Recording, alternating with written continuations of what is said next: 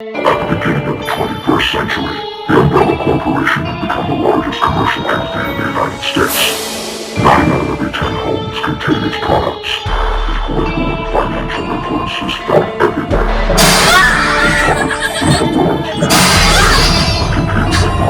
Here with George from George Speaks to Diner and Kaylin and Baby Jack, and we're gonna reenact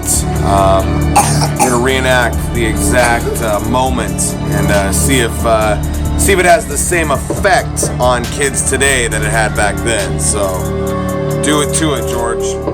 I can't look. Watch.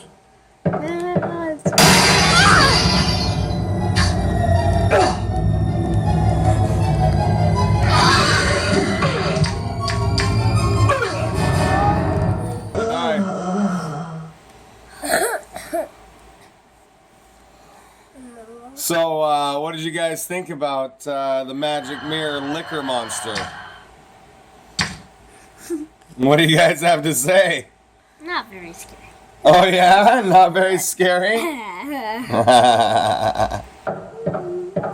Hey, look, a potion. What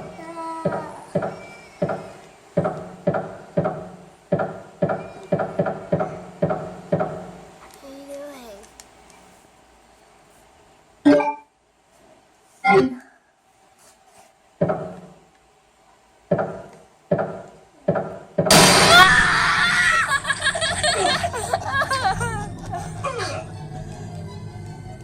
I don't want to attack. How do we attack? Daddy, you just... Got him,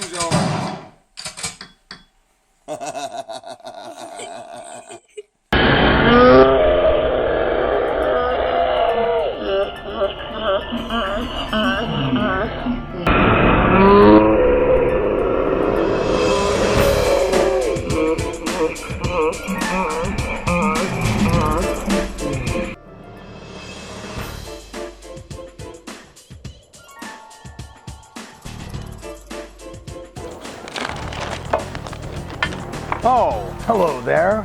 Albert Wesker here. I was just looking through this Shenzhen Daily newspaper, and it came to my attention that this very channel was featured. As you can see, this channel was covered by the Shenzhen Daily newspaper. Go to shenzhendaily.com and check it out. All right, I'll see you guys next time. Umbrella Corporation is calling.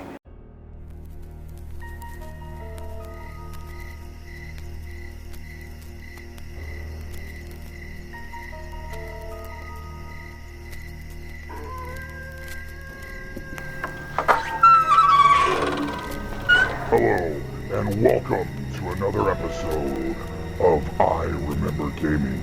My name is Kodak, and I will be your host for this evening's horror spectacular of one of the most vicious video game memories of a game called Resident Evil. So come with me as I tell you my story.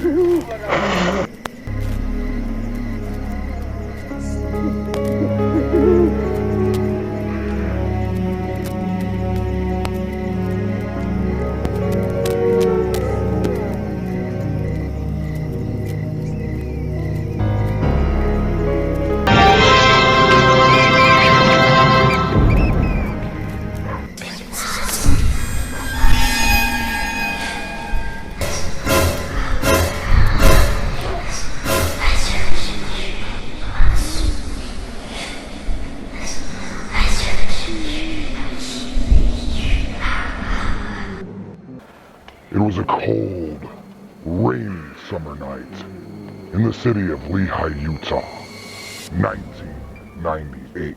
The rain was beating down on the windows of my mom's Mazda Protege as me and my friends pulled out of the neighborhood that I grew up in. This was a special day.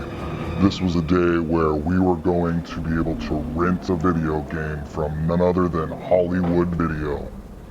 Thunder cracked as my buddy Herman in the back seat tapped on my shoulder with an EGM magazine. Kodak reached over his shoulder and grabbed the magazine, trying as hard as he could not to vomit from his mother's terrible driving habit of pushing on the gas, letting go, pushing on the gas, letting go. Kodak, check this out, man. This is the game I was telling you about a few months back. Now you can play it. It just released for Nintendo 64. I reached back and grabbed the magazine, trying not to hurl from my mom's terrible driving habit. I unfurled the manuscript and beheld some ugly as sin artwork of Resident Evil 2 on the front of the EGM magazine. My house in 1999 was definitely a Nintendo household. I only had the Nintendo 64, as I had fought in the Great Console War on the side of Nintendo during the Sega Nintendo waged wars. Even though I hadn't played Resident Evil, I was very aware of the game's existence, being a huge fan of survival horror games in general, after playing D and Enemy Zero on my Sega Saturn. You can see more about that in my D and Kenji Eno videos. Yeah, Resident Evil looks kind of cheeseball, Kodak said. I saw that EGM article that they did on the cutscene, and man, that was pretty laughable. I can't imagine that being scary or cool at all. Kodak's mom ran red lights and drove on the median. Dude, if they have it in stock, Kodak, please rent it. Resident Evil 2 looks so sick. Yeah, man, and my mom won't let me rent M-rated. Dude, shut up, Kodak said. I promise you it'll be as dope as goat monkeys dipped in cheese whiz, said Herman. Yeah. Shut up, Jake, Kodak snapped as he snuck a glance over at his mom to see if she had heard. Thankfully, she was driving into oncoming traffic down an on-ramp while screaming. And didn't notice. Alright guys, just calm down. My mom's Turbo Ultra Megazord religious, and she's not down with M-rated games, so we gotta play this one by ear and be sleuth. Kodak's mom had literally jumped the parking barrier and then parked halfway inside the Hollywood Video in the foreign film section. Kodak opened the door and the smell permeated his senses as he jumped out, his friends jumping out the back, having to go in the front door since the car was halfway parked inside and halfway out. As Kodak and his entourage entered the video game section, they beheld a myriad of video gaming gems. Star Fox, Super Mario 64, Final Fantasy VII, from the PlayStation and Nintendo 64 aisles. At this point, Hollywood Video had already discontinued all of its Sega Saturn. Most of the video games were already out of their alphabetical order from all the kids that earlier in that day had been perusing the wares. He was hoping that Resident Evil 2 was not in stock, so he could rent something, that actually was good. He had his eye on a game called Superman 64 that he thought in his mind must be totally better than Resident Evil 2.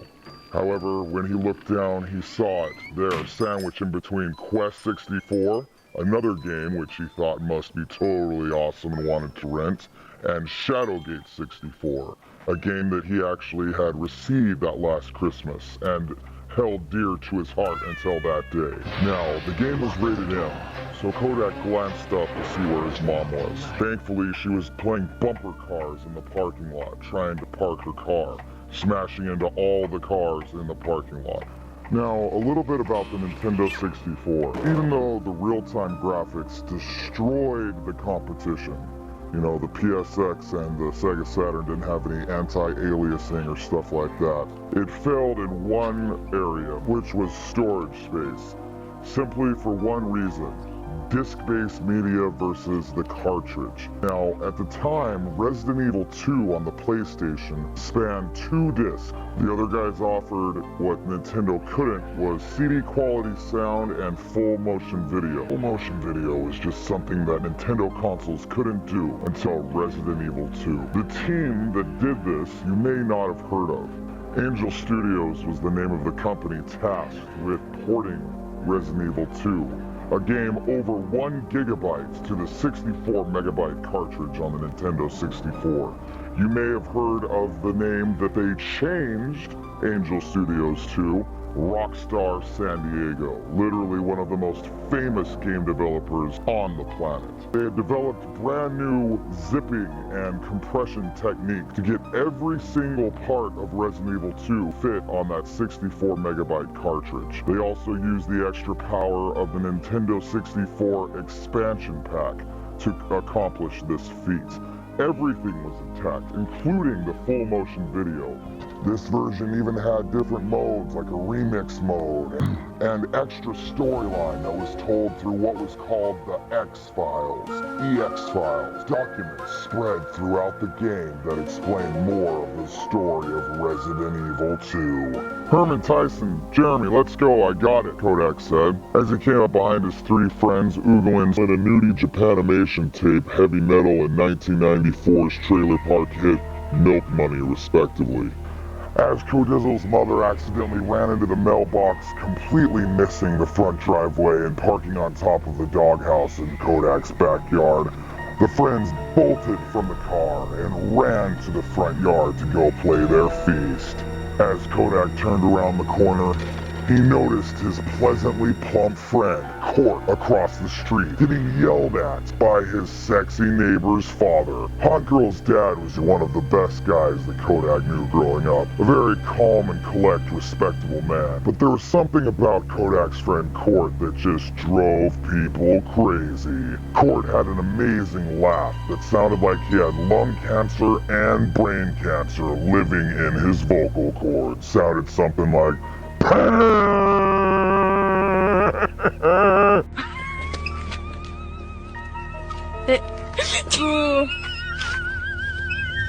As he was being reprimanded, Kodak waved and shook his body around trying to get his attention. Court looked over and Kodak signaled that after he was done being reprimanded by Father Hot Chick, that he should come over and play some video games. Lightning flashed in the quickly arriving night sky as Kodak and friends burst into the house, flew up the stairs, alley-ooped and slam dunked Resident Evil into his Toys R Us exclusive Nintendo 64.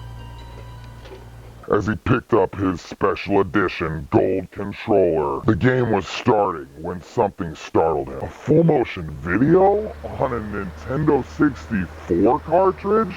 Kodak exclaimed. Unreal. He sat there in abject astonishment as he watched the opening videos. To the other lads sitting in his living room, they had seen this before. All three of them were fortunate enough to own the PlayStation 1. But for Kodak, this was indeed the first time that he had witnessed, and he was enthralled. Basically, all of his preconceived notions on what was possible on his little black box called the Nintendo 64 were thrown out the window with this revelation that it was, in fact, capable of full motion video. The wind started to pick up outside. They were rattling Kodak's new windows on his house that his father was so proud of. Crash!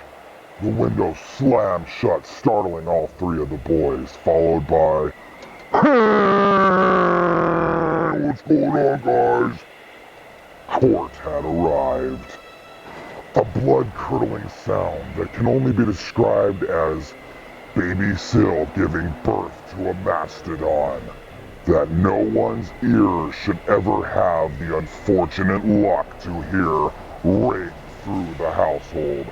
Court had arrived. What are we guys playing today? Sit down, Courtney, said Kodak. The game started. It took place in Raccoon City after the events in the mansion and the first game. They fought through the first portion, going into the police station. A lot of jump scares had the children all on the edge of their seats. A lot of kids in the neighborhood would come over to Kodak's house to play video games. Kodak's mother, none the wiser of the horrifying scenes that were going on in just the next room. He recalled very vividly the portion where William Birkin's body split in half with a giant eyeball popping out the shoulder.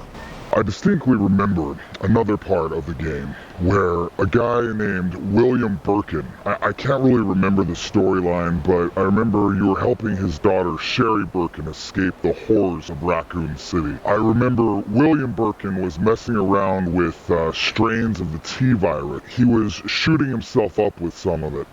I distinctly remember a really gory part. He injected himself and part of his shoulder exploded into a giant eyeball.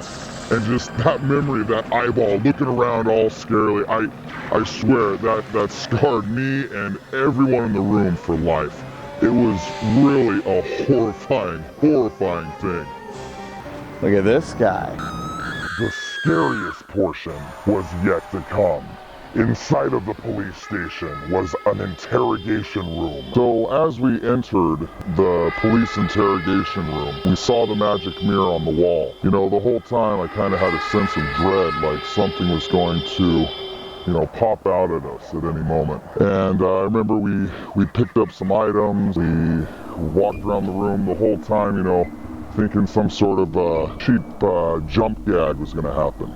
Well, it didn't. And a little bit later in the game, we ended up going on the other side of the magic mirror, looking into the other room. And at this point, you know, we ascertained that both rooms were in fact empty. As we were going through, we came back into the original room to get an item.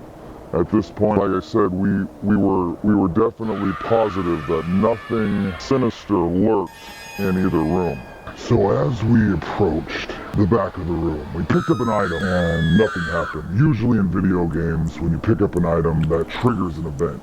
So at this point, we were completely lulled into a false sense of security. We had gone on the other side of the magic mirror in the other room. We had been on this side. We had been in the room 2 times. There was no enemies on either side and nothing had happened. Like I said, usually when you pick up an item, it triggers an event. But this time, as we picked up the item, nothing happened. Like I said, that usually is what would trigger something in a video game. So we decided to leave the room. As we left, it's when it happened. Crash! 2 giant lickers jumped through the window. I was so scared I screamed like a little girl. So yeah, let me put down the facade for a second. Yo, listen. That part in that video game where that licker jumps through that window, I swear to you guys, I have never in my life before or since been that scared by an event in any form of media. It really literally, like, I took the controller and I took it and I threw it at my TV. We had a big old Sony TV. I chucked the controller. I remember the 3 kids on the couch in back of me, they were screaming. It made my heart almost stop. And maybe I'm a pansy, but I'm a huge horror fan. You know, I've seen all of the horror movies. I try to watch the scariest ones possible. And nothing in my life has made me feel like actual abject terror like this Resident Evil magic mirror room did. Nothing. And I will never forget that moment because there was nothing that I've experienced since that has scared me that freaking bad. I have never stopped playing the Resident Evil games. There's just something about them. I love the story, I love the characters. Ada Wong is freaking hot, Chinese girl. All right, guys, this has been another episode of I Remember Gaming. Go out and get that Resident Evil 7. I mean, if it's good, from what it looks like, I love the demo. I'm 100% ready to go play it. Today, as you can see, the sun's coming up in China. I've been up all night filming this video. All right, guys, you guys are fantastic. I will see you guys next time. Remember, It's a Kodak moment.